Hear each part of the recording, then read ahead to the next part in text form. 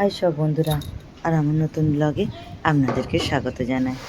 জানেন, কলকাতায় এসে এই ওলকপিটা দেখতে পাচ্ছি।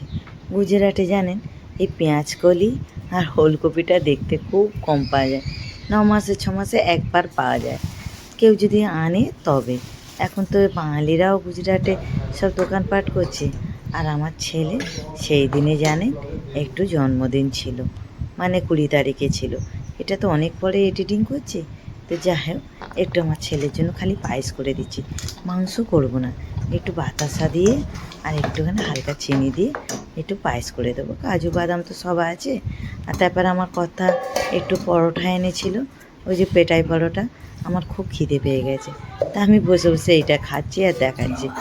আবার একদিকে রান্নাও বসিয়ে দিয়েছি। আবার আমার বাবা মা আসবে জানেন, আমি তো যেতে পারছি না, মাত্র 4 দিনের জন্য এসেছি। সেই জন্য বাবাকে ফোন করলাম আর মাকে বললাম তোমরা এসো, আমার সঙ্গে একটু দেখা করে যাও।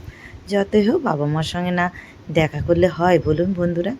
তারপরে কি খাওয়া দাওয়া করে এই মাছের ঝাল হবে, একটু ঝোল হবে, একটু চাটনি করব আমরা, একটু মোরলা মাছের একটু টমেটো দিয়ে পেঁয়াজ দিয়ে একটু চচ্চড়ি মতো করব। অনেক কিছু রান্না হবে, কিন্তু মাংস হবে না।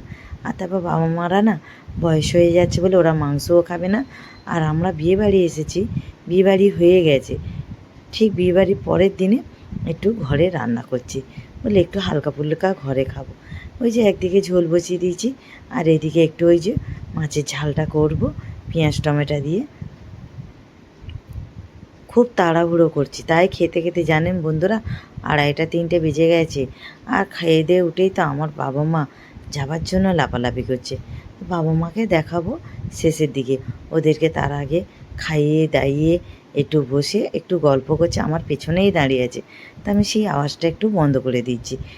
তারপরে এই কি মোরলা মাছ ভাজা হয়ে গেছে, আর একটু এই যে আমরা চাটনি করছি, আমরা চাটনিতে একটু দিচ্ছি।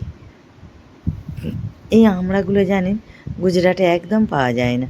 জলপাইটা পাওয়া যায়, কিন্তু আমড়া পাওয়া যায় না। বেশ বেশ মনের মতো করে রান্না করছি। এটা হচ্ছে আমার মা, এটা হচ্ছে আমার বাবা। বেরিয়ে পড়ছে জানেন, খাওয়া দাওয়া করে বিকাল হয়ে গেছে। তো বাবা মাকে একটু সব প্রণাম করে নিলাম। আবার কবে দেখা হবে, এটাই একটু বড় কষ্ট হয়, কেননা এত দূরে থাকি তো, কিছু হয়ে গেলে আর আমি দেখা করতে পারবো না।